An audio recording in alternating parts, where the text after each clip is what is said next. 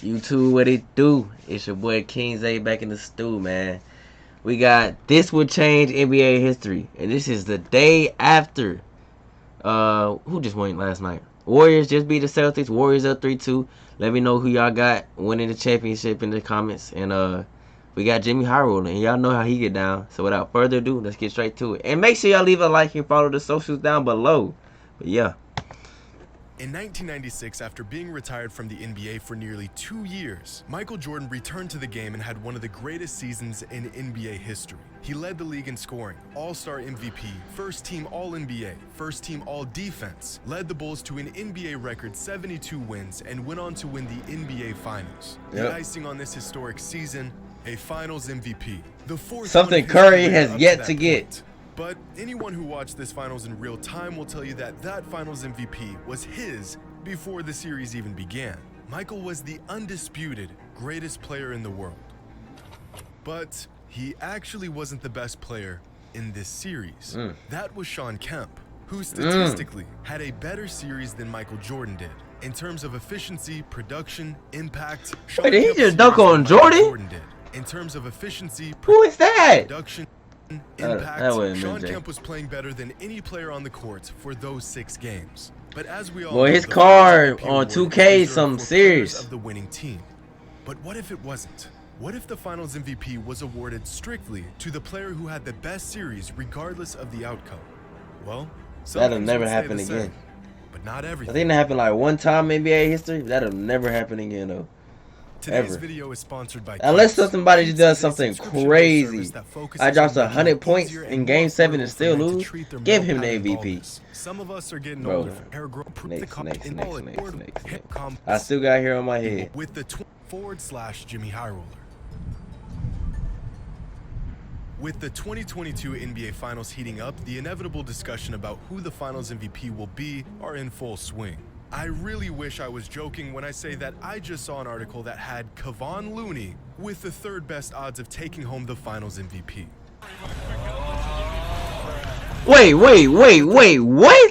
What did he just say? The Finals MVP. Bro, look at these stats. Are you? Nah, that gotta be a joke. I don't know why I took that serious. But the real discussion here is if Stephen Curry will win his first Finals MVP. Well, to this day, I don't understand why Andre Iguodala won that MVP.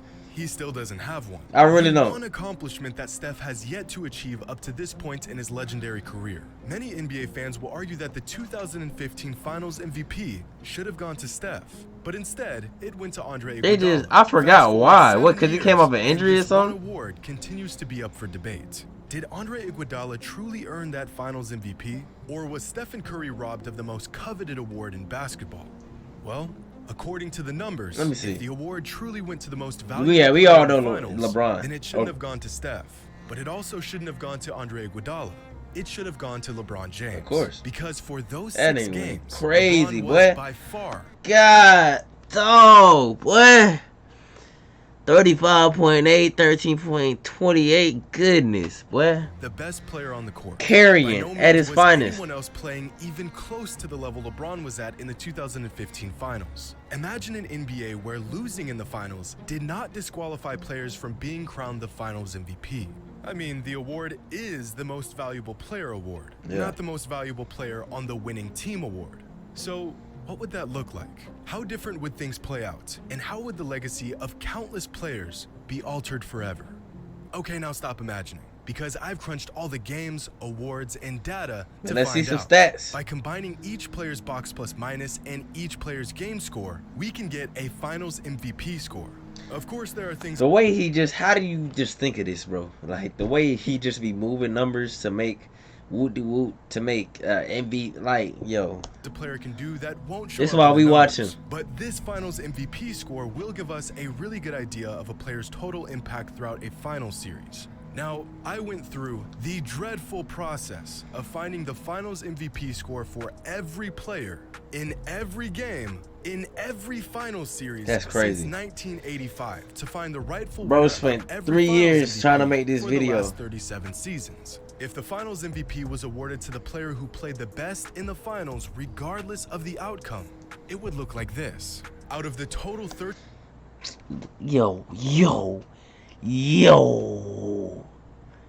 LeBron, wait, bro, LeBron would have like 18 Finals MVPs. 37 Finals MVP awards, 9 of them did not go D-Wade to the went player crazy who in played that the Dallas best series. in that Finals series. But let's take a closer look at this because there's some really interesting information here. Of the 9 Finals MVPs that should have gone to a different player, 3 of them should have gone to LeBron James. In an alternate universe where losing in the finals doesn't automatically disqualify a player from winning Finals MVP, LeBron James would have 7 right now, the most in NBA history. In 2018, he outplayed everyone on the court, but the Finals MVP went to Kevin Durant. In 2015, he had the best series among all players, but the Finals MVP went to Andre Iguodala. And in 2014, he was easily the most valuable individual in the finals, but lost the Finals MVP to a 22-year-old Kawhi Leonard. Now, in the 2011 finals, Dirk Nowitzki had one of the greatest individual playoff runs in recent NBA history. But according to the numbers, and please, go easy on me, I'm just the messenger, Dwayne Wade was the most valuable player in that finals series. D-Wade averaged more points, more assists, more blocks, more steals, was a far more efficient scorer, and was far better on defense. In my opinion, Dirk's finals performance was one of the best I have ever seen. And yet, the numbers suggest it was one of the most underwhelming finals MVPs in nearly 40 seasons. Jeez. But if that's not crazy enough, here's something you don't hear every day. Ray Allen should have been a Finals MVP because unlike the players we've listed so far, Ray Allen was actually the best player on the winning team in the finals and still lost. Oh, now that's even crazier. I ain't even think of that. Them being like you getting outshined by your teammate.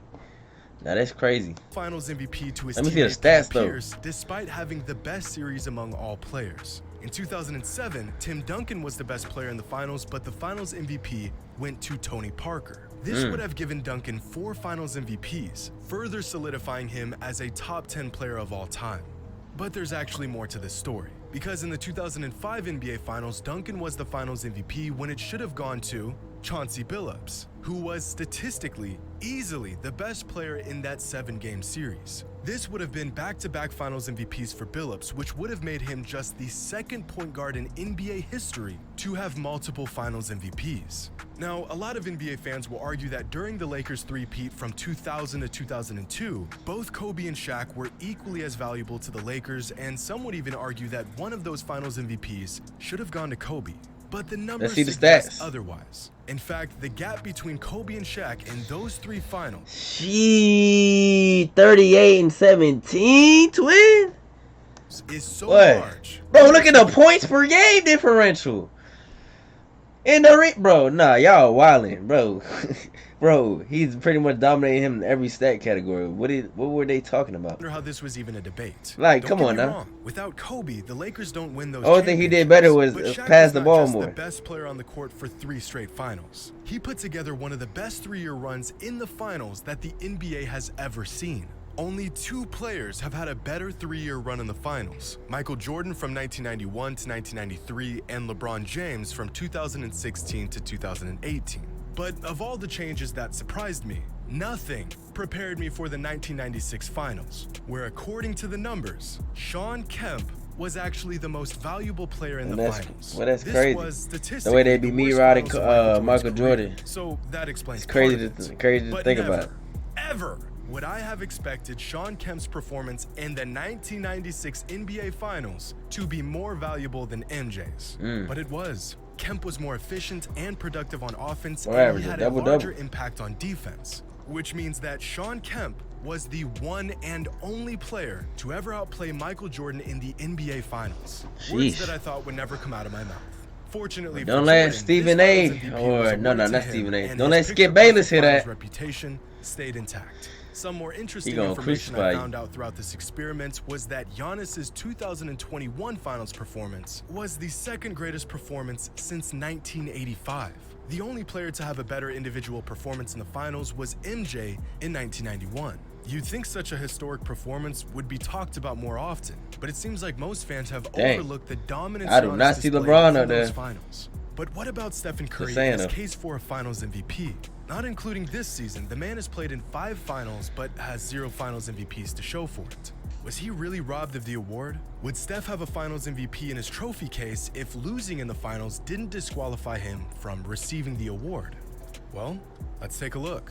In 2019, the Raptors defeated the Warriors, and Kawhi Leonard took home the Finals MVP with a Finals MVP score of 32.8. Steph had a great series despite the loss and finished with the Finals MVP score of 29.8. So the award rightfully went to Kawhi.